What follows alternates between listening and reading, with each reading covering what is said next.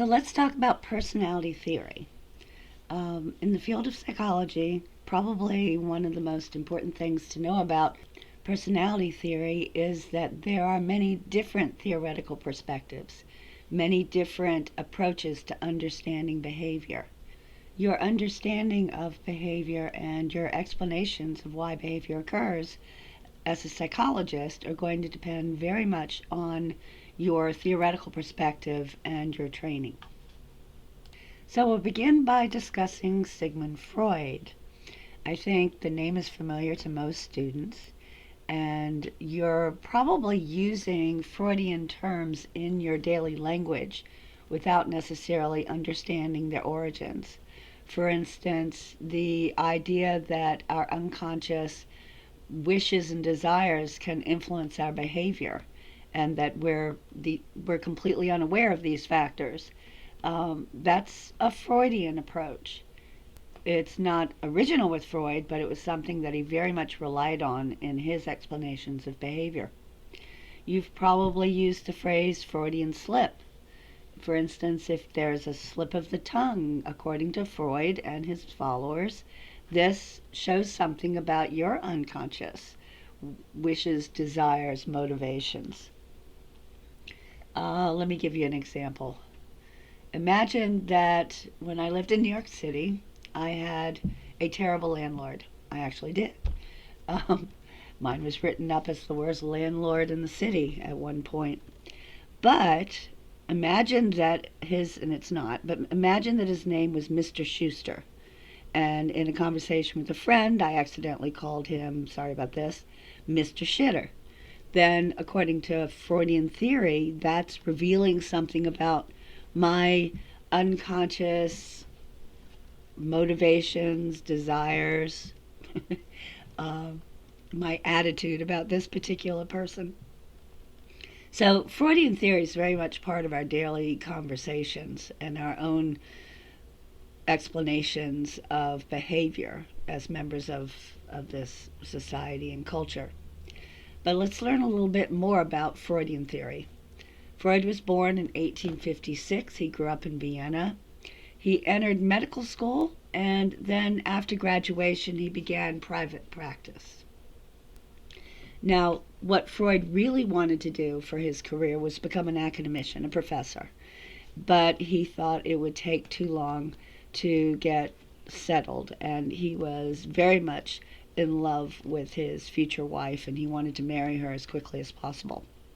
So he decided to, instead of taking the long route, which, by the way, I recommend academia as a profession. Talk to me if you're interested. But instead of taking that long route, he began private practice and ultimately began to specialize in what were called hysterical disorders. These were problems experienced by typically young, wealthy Viennese women, and we'll talk more about what those disorders were in a moment. Now, Freud benefited very much by having an older mentor.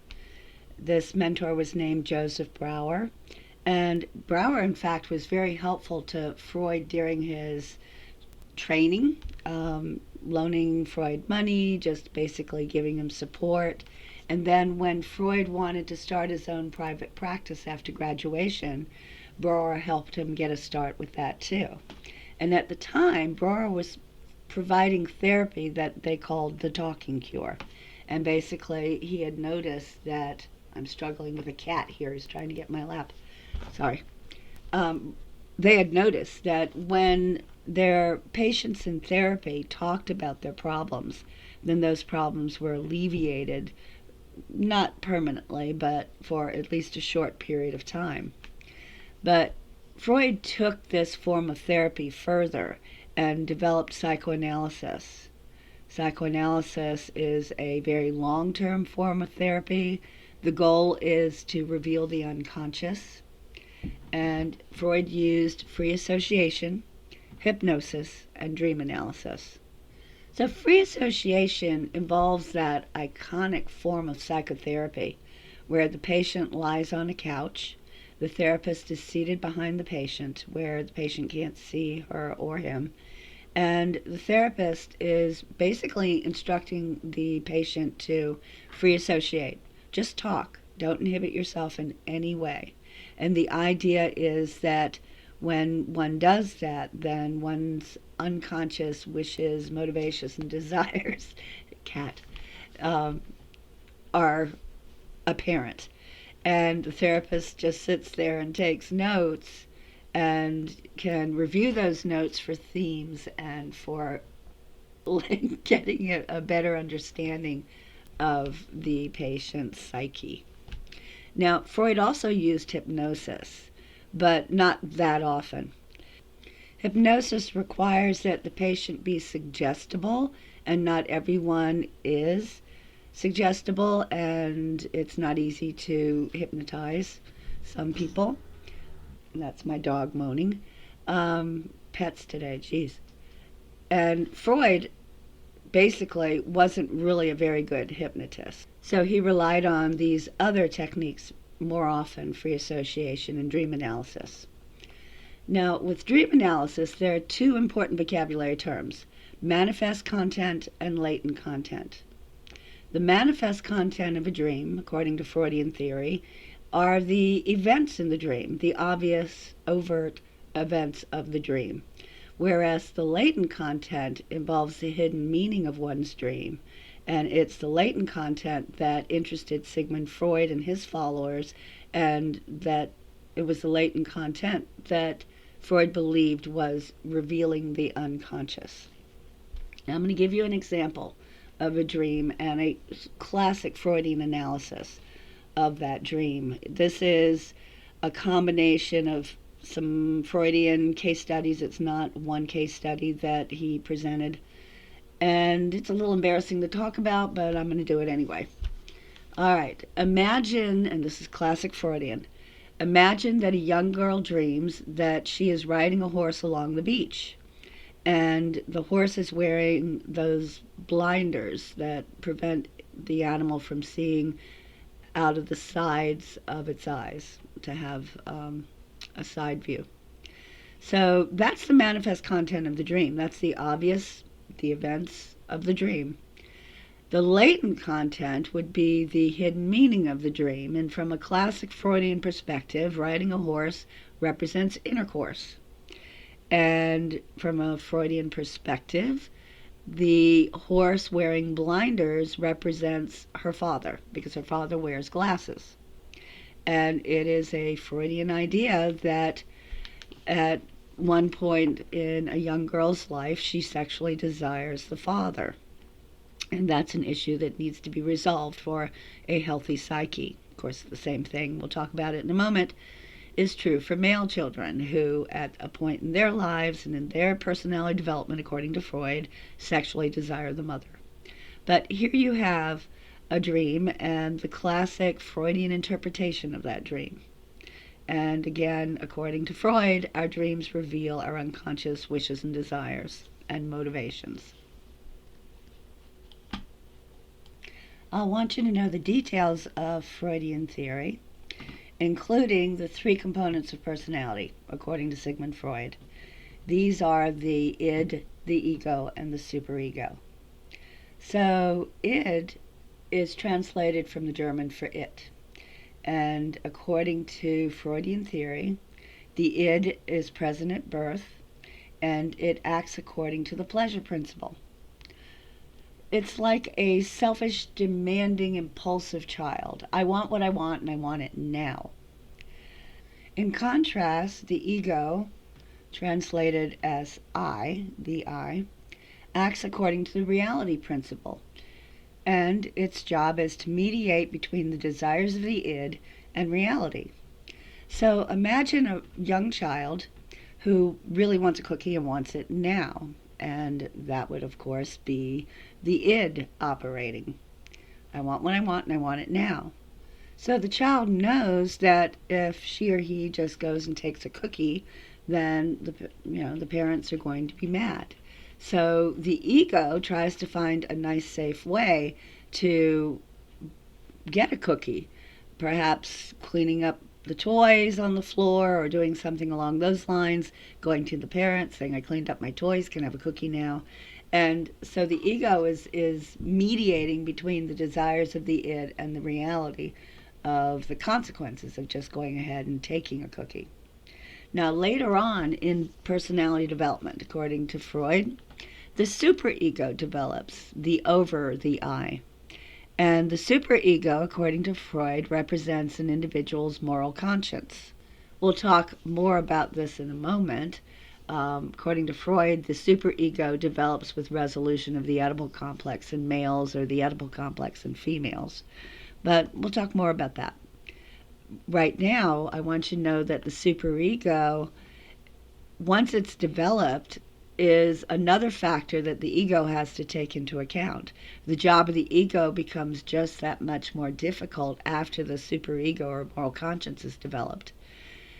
Now you have an individual who wants something, and that's the desire of the id, and the ego has to not only take into account, what happens if you just go ahead and steal that thing, but it also has to take into account the individual's moral conscience, knowing that it's morally wrong to steal that object.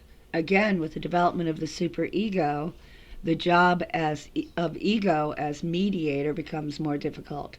And it's not only trying to satisfy the desires of the id in a safe way, taking into account reality, but it's also has to take into account the individual's moral conscience. You should also know the stages of psychosexual development, according to Freudian theory. Note the word psychosexual. I've mentioned earlier this semester that Erik Erikson was a student of Freud's, actually of Anna Freud, Sigmund Freud's daughter, and that Erikson described personality development as occurring in psychosocial stages. Erik Erikson disagreed with Sigmund Freud about the emphasis on sexuality in development. Erikson also differed from Freudian theory by suggesting that development occurs throughout the lifespan. And you can remember all of Erikson's stages of psychosocial development right up until older adulthood. Sigmund Freud, on the other hand, believed that personality development was pretty much completed by the age of 5 or 6 years. The first stage of psychosexual development, according to Sigmund Freud, is the oral stage. And this occurs during the first year of life. And according to Freudian theory, classic Freudian theory, the child is actually deriving sexual pleasure from stimulation of the mouth. Freud observed that when you give children this young an object, it immediately goes into their mouth. And so he emphasized sexuality in development, saying that the mouth is an erogenous zone for the child during the first year of life. And according to Freud, at first the child derives passive pleasure in suckling, but later that pleasure is derived from active biting and chewing. If there is fixation during the oral stage, according to Freudian theory, and meaning the individual is unable to resolve the psychological issues associated with this, then the individual might be fixated in the oral stage, and as an adult may have problems with eating behavior or weight, or maybe someone who smokes cigarettes. But again, first year of life, the mouth is an erogenous zone according to Freud, and the child is in the oral stage of psychosexual development. The next stage of psychosexual development, according to Freud, is the anal stage. And if you think about what is happening during the second year of life, many children are engaged in toilet draining. And this is associated with a different erogenous zone, according to Sigmund Freud. And it's in this time period when the child begins to have voluntary control over the elimination of feces. And according to Freud, during the first part of the anal stage, a child derives this pleasure from the elimination of feces, and later, as toilet training takes effect, the child derives pleasure from withholding feces. Now, Freudian theory has given rise to two terms, one of which may already be familiar to you. anal retentive or anal expulsive. You have probably used the term anal retentive to describe your friends or family members or yourself even. This is a Freudian term, and when you use the term anal retentive, I presume you mean that someone is excessively neat and tidy. They need to have all the pens and pencils lined up on their desk. Pictures have to be straight when they walk in a room, or they walk right over to it and straighten it. And the idea is that anal retentiveness occurs because there is fixation during the latter half of the anal stage. Anal expulsive refers to the opposite, and that's an individual who is, according to Freud, excessively messy. This person leaves, the whole house in a big mess, clothes everywhere, papers everywhere. And according to Freudian theory, that individual has fixated in the beginning part of the anal stage before toilet training has taken effect. Next, according to Sigmund Freud, the child enters the phallic stage. This is said to occur between 3 and 6 years of life. And this is a time point when, according to Freud, the child focuses on the genitals, enjoys fondling them, and basically discovers the physical difference between males and females. And I guess I should just go ahead and say what that difference is that Freud was referring to. Males have a penis while females do not. And so the child during this stage of life discovers that big difference between males and females. And it basically precipitates the Oedipal complex in males and the electric complex in females. Now, according to Freud, the Oedipal complex involves little boys sexually desiring the opposite sex parent, the mother. And yet there's somebody in the way of that desire, and that would be dad, and dad is bigger. And having just learned about this difference between males and females, what do you suppose, according to classic Freudian theory, which is so embarrassing to talk about, what do you suppose the little boys are afraid of in the context of their fathers? They're afraid of castration, or the removal of the penis. And according to Freud, this motivates little boys to resolve the Oedipal complex. And that resolution is to become as much like your dad as possible, to incorporate his moral standards, become a little mini dad. And that's how the Oedipal complex is resolved in a healthy way, according to Sigmund Freud. Now, according to Freudian theory, something similar but not the same happens in young females. The electric complex involves the idea that at this stage of life, the little girl sexually desires the father, but the mom's in the way.